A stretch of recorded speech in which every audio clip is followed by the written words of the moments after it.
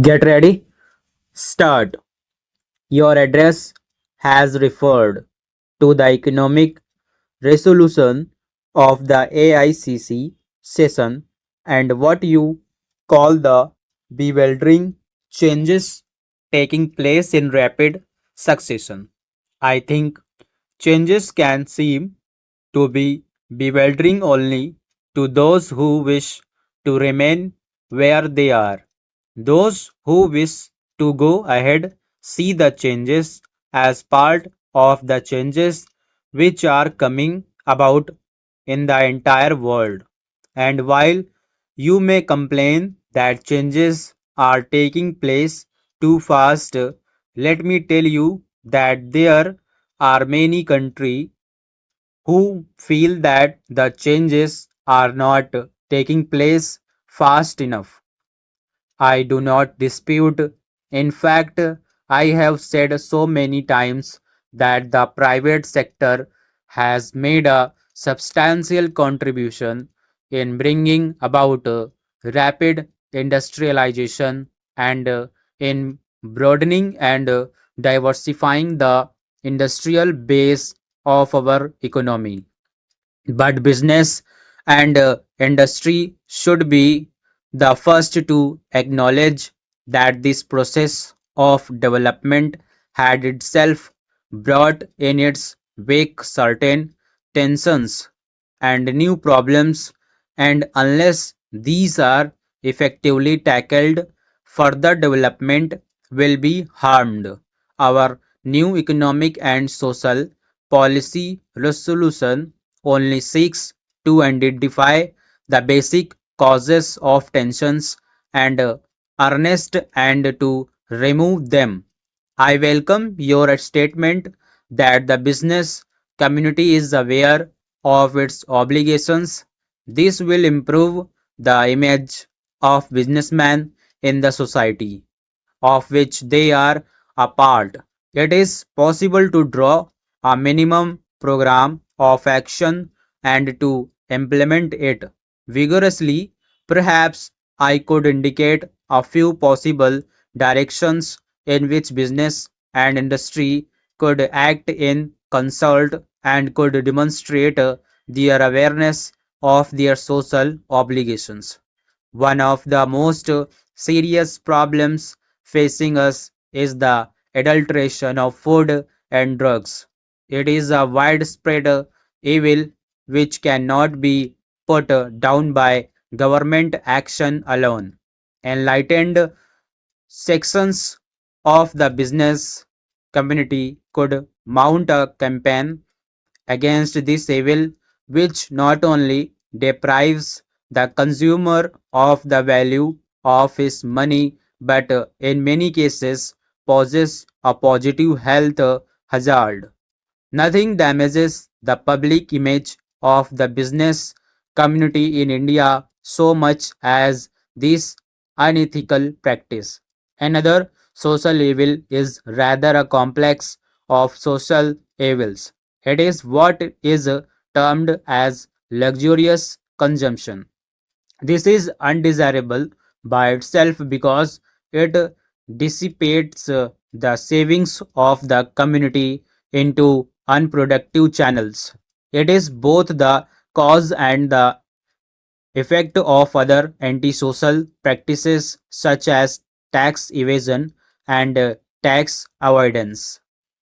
In Mumbai, you have certain specific problems.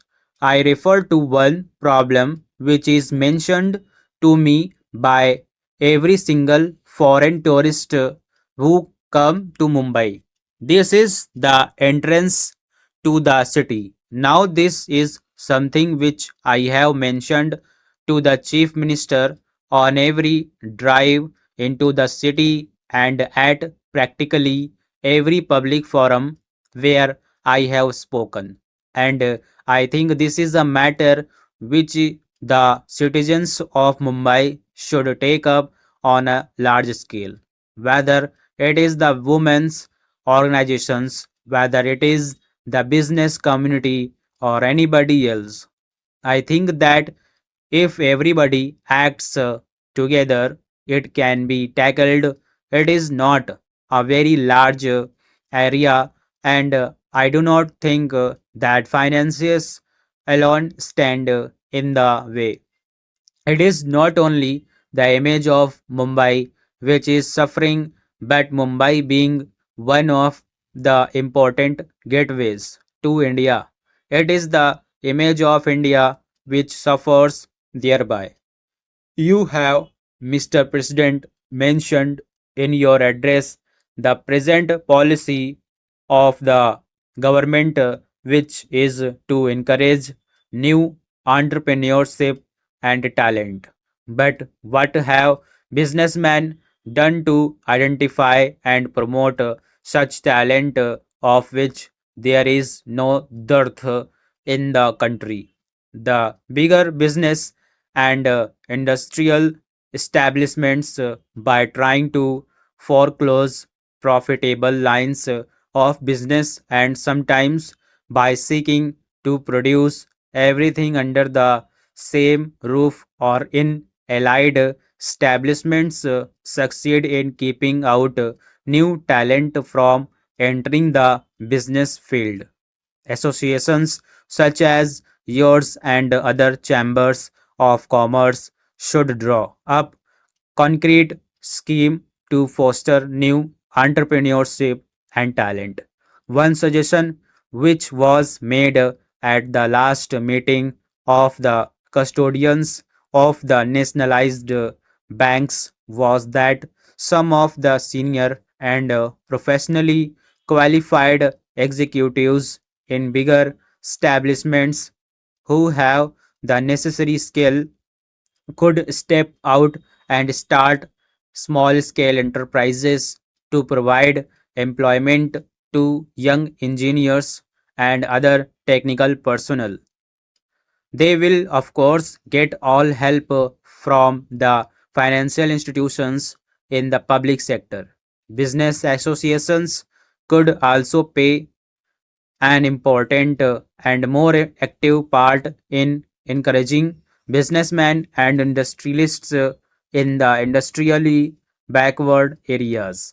As regards the organizational setup of the new nationalized banks, I think there is hardly any need for me to reiterate the assurance which I have already given, that is, that we do not propose to set up a top heavy organization, and we do envisage maximum possible freedom and flexibility of operation of individual banks, consistent only with certain broad social objectives, and that the functioning will be completely insulted from extraneous political influences, but we do envisage that the banks should function as an active instrument for the furtherance of the economic